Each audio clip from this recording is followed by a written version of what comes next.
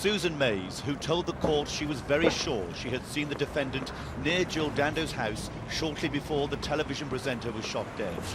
Ms. Mays was driving to work and she says she wondered what a man was doing standing next to a car looking at houses on both sides of the road.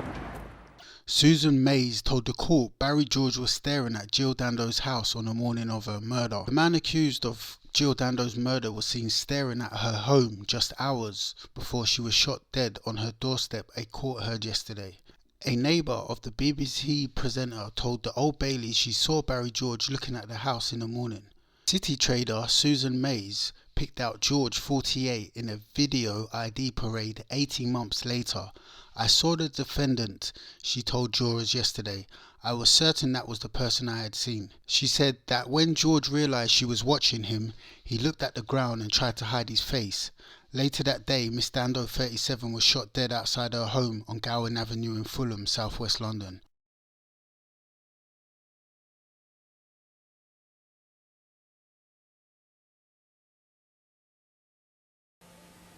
I heard a scream. I looked out the window and saw a character walk away. I heard the scream. You heard it? I did hear a scream. Did you hear a man's voice or anything like that? No man's voice at all. And did you hear a shot or did you... There was no shots. From what I would say was a shot. I wouldn't have thought there was a shot, no. From your assessment, what appeared to have happened to her? She was obviously attacked, and whether she was attacked with a knife or whether she was attacked with some sort of instrument, but she certainly, she is obviously very shocked what happened, and... She was conscious, she was talking? She wasn't conscious when I saw her. And what did you do, dial 999 straight away? I personally didn't, but the people I was with, the two ladies who also live in the street, dialed the number and had the ambulance services there within 10 minutes or... What did you do with Jill? Did you comfort her or...? No, obviously we were there, but without any sort of medical history between the three of us, you know, the best thing was just to keep her sort of, unless she had woken up from her consciousness, and help her, but we left her there until the ambulance services came. You saw this man yourself? I have a particular vision of the guy. Yes, I did see him. What exactly was he doing? How close were you? What did he do? He walked very calmly away from the scene, and when I actually saw him, I thought nothing of it. I thought, in fact, it could have been a friend of Jill's when I heard the screaming. That's why I particularly at that moment didn't do anything that now I wish I could have done. Mr. Richard Hughes lived at number 31 next door to Jill Dando. Between 11:30 and 11:45 on the morning of the murder, he was upstairs and heard a sound like his wife's car alarm. He heard footsteps approaching for about 5 seconds, then a scream, which he did not consider significant. He heard the gate click, then looked out of the upstairs window and saw a figure walk towards Fulham Palace Road, and had a side view of his face for a few seconds.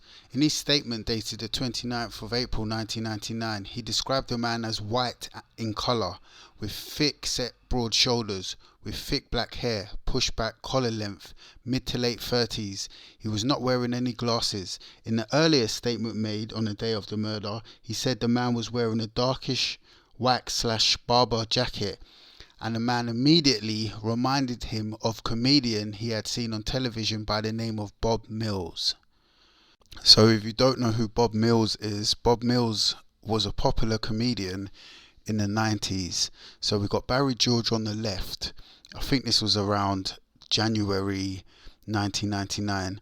And we've got Bob Mills in the late 90s. I believe this is about 1998. So is there a resemblance between the two?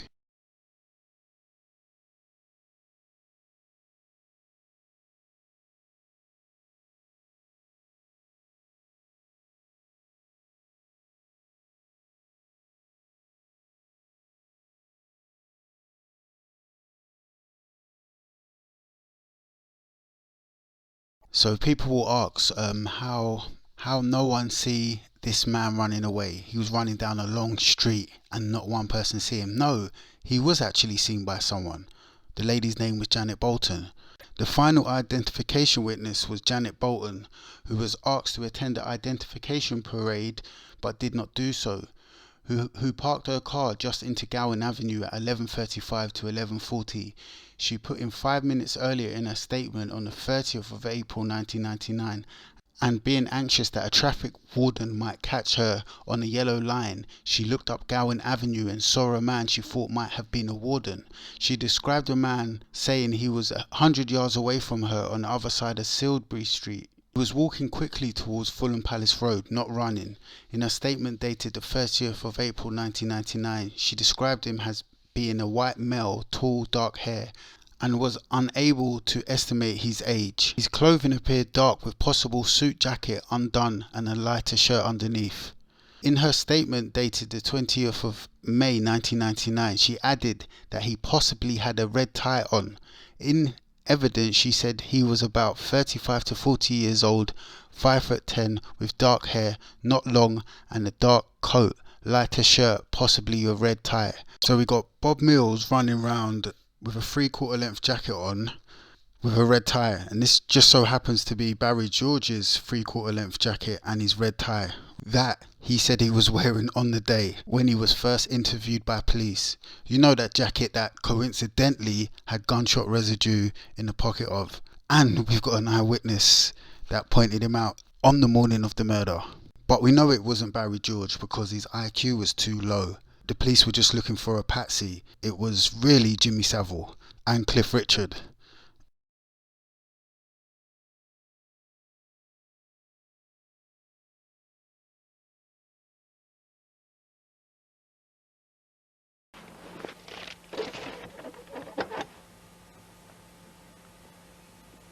I was delivering mail along the odd numbers till I reached 29, which I know is Jill Dando's house. I've met Jill a few times, either delivering her mail or passing her in the street. I took a couple of paces down the front garden path, and just before I reached the front garden gate, I saw a man standing in the road looking directly at number 29. It was like he thought someone was going to receive the mail. Terry Griffin, the postman, was delivering letters to the deceased's home about 10:10 when he saw a man in the road looking directly at 29 Garwin Avenue. In his witness statement dated the 30th of April 1999, he described the man as of a Mediterranean appearance, slight brown skin, black straight collar length hair, about 5'10" to 5'11". Medium build, wearing a black top, maybe a jacket of some sort. He was aged between 37 and 38 years old. He attended a video parade held on the 14th of August 2000. When asked if the man he had seen on the 26th of April 1999 was on the parade, he said no. In a further witness statement dated the 14th of August 2000, he said the man at number 2 on the identification parade is the man he see a few weeks later on Gowan Avenue, who approached him and said he had seen the man who had killed Jill Dando. In a subsequent statement, he had said that he was unable to say whether the man he had identified was the same man he saw on the 26th of April 1999. He was not saying it was not him. So Barry George is arrested 11 months after Jill Dando's murder. The postman goes to an ID parade in which Barry George was in. He doesn't pick Barry George out. He says, I'm not saying it's not him, but he's saying number 2, who was Barry George, did approach him a few weeks after the murder in the street and told him he had just seen the killer of Jill Dando. Again, 16 months after the murder of Jill Dando, Terry Griffin, the postman, went to an ID parade to see if he could pick Barry George out. He didn't pick him out, but he said, I'm not saying it's not him, but that man did approach me on Gowan Avenue. So to me, this raises so many red flags. Why did Barry George approach a witness in the murder of Jill Dando? Was it a complete coincidence, just like the gunshot residue, or was there something more sinister? Was Barry George worried that the postman could potentially recognize him, so he's trying to tamper with the witness and deflect the blame? Oh, it wasn't me, I've just seen the killer on Wardour Street in a cafe. That's too coincidental to me that Barry George just so happens to bump into a witness. And when he does bump into this witness, he's deflecting the blame. Seems to me as if Barry George was trying to cover his tracks. He wasn't even arrested until 11 months after this. And if Barry George did think that he had seen the murderer of Jill Dando, why is he telling the postman for? Why is he telling a postman that happens to be a witness in the case? Come on. So this is from the court case, Regina versus George. It's what the postman, Terry Griffin, said when he was at an ID parade to see if he could pick Barry George out 16 months after the murder. 6 weeks after the incident, he was approached by a man in the street who said he had just seen a man who looked like the bloke who killed Jill Dando in a cafe on the junction of Wardour and Monster Avenue, and asked what they should do. Mr. Griffin did not wish to be involved and pointed the man to a phone box. Was Barry George worried that the postman could have recognised him if that was him outside Jill Dando's house, and he's just trying to tamper with the witness? That's too coincidental to me.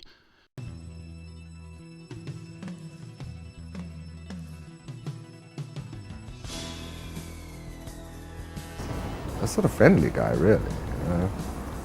I guess the word is strange. People would say simple, but I would call him strange because simple implies that he wasn't intelligent, but in fact he was. Is that it was just a misguided individual who was in that street on the day with a firearm, who knew where Jill lived, and who just